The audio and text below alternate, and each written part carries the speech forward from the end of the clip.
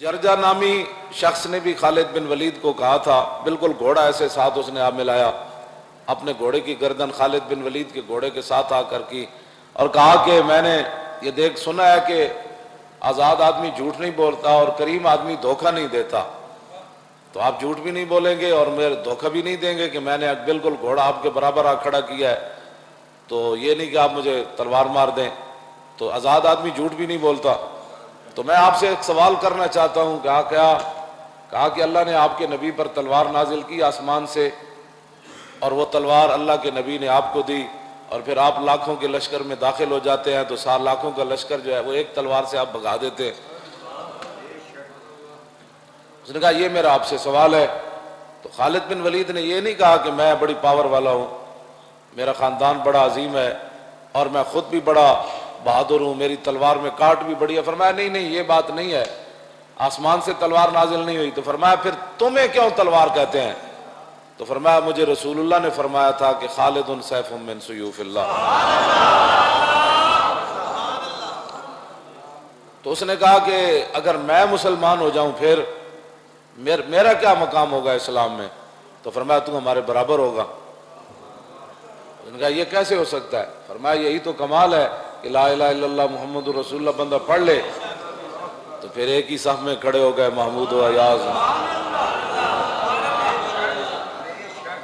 تو میں ہمیشہ کہتا ہوں کہ آدمی جو اگر مگر کرتے ہیں نا، ہمیں بھی رائے حق سے پھسلانے کی کوشش کرتے ہیں، انہوں نے ذائقہ چکھا ہی نہیں ہے۔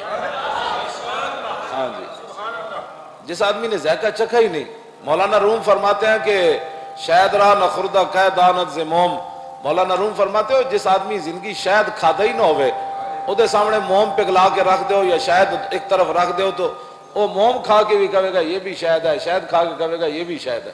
ہاں اس کو اس لیے کہ اس کو کیا پتا ہے، جس نے شاید چکھا ہی نہیں زندگی میں، تو فرمایا وہ موم اور شاید میں فرق نہیں کر سکے گا۔ تو نبی علیہ السلام نے فرمایا کہ من رضی باللہ ربا وبالاسلام دینا وبمحمد رسولا ذاک طعم الایمان، جو آدمی بیٹھ کر دین اسلام کے بارے میں تبصرے کرے، اللہ رسول کے بارے میں باتیں کرے اور اپنی عقل کے مطابق چاہیں کہ دین ایسے ہونا چاہیے۔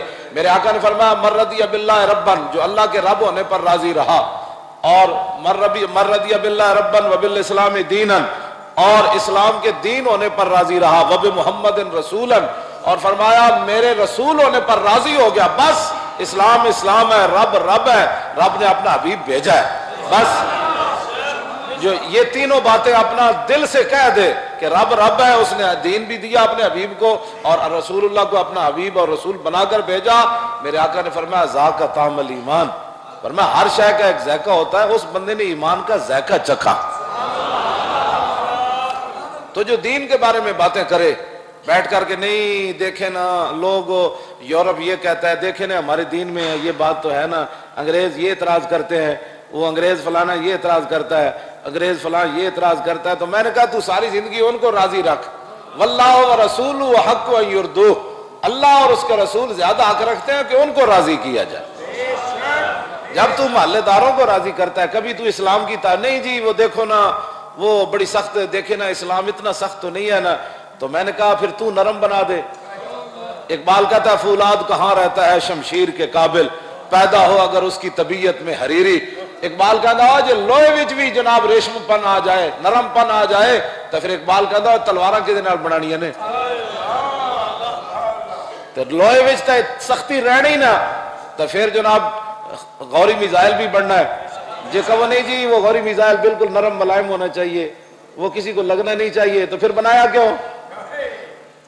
اس واسطے ذائقہ جس نے اب وہ جرجا نامی سپہ سالار تھا رومیوں کا، خالد بن ولید کی اس ایک بات سے وہ مسلمان ہو گیا۔ مسلمان بھی کیسا ہویا؟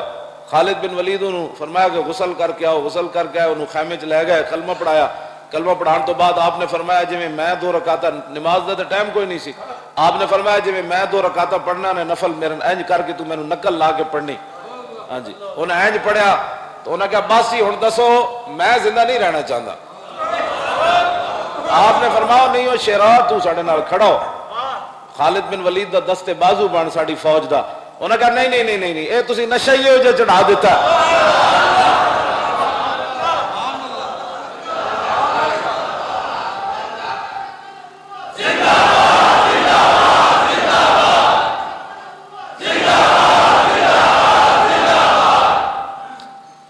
بندے نو 50 سال تک مسلمانوں دے گھر پیدا ہو کے اسلام دا نشہ ہی نہیں آیا. نشہ تو آئے تو کلمہ پڑھنے کے بعد بھی آ جاتا ہے. اور صحابہ کہتے ہیں کہ وہ جاتے ہوئے اس نے کوئی نماز فرض نہیں پڑھی. ہاں اس نے کوئی فرض نماز نہیں پڑھی, جاتے ہوئے وہ ٹکرا گیا اور شہید ہو گیا.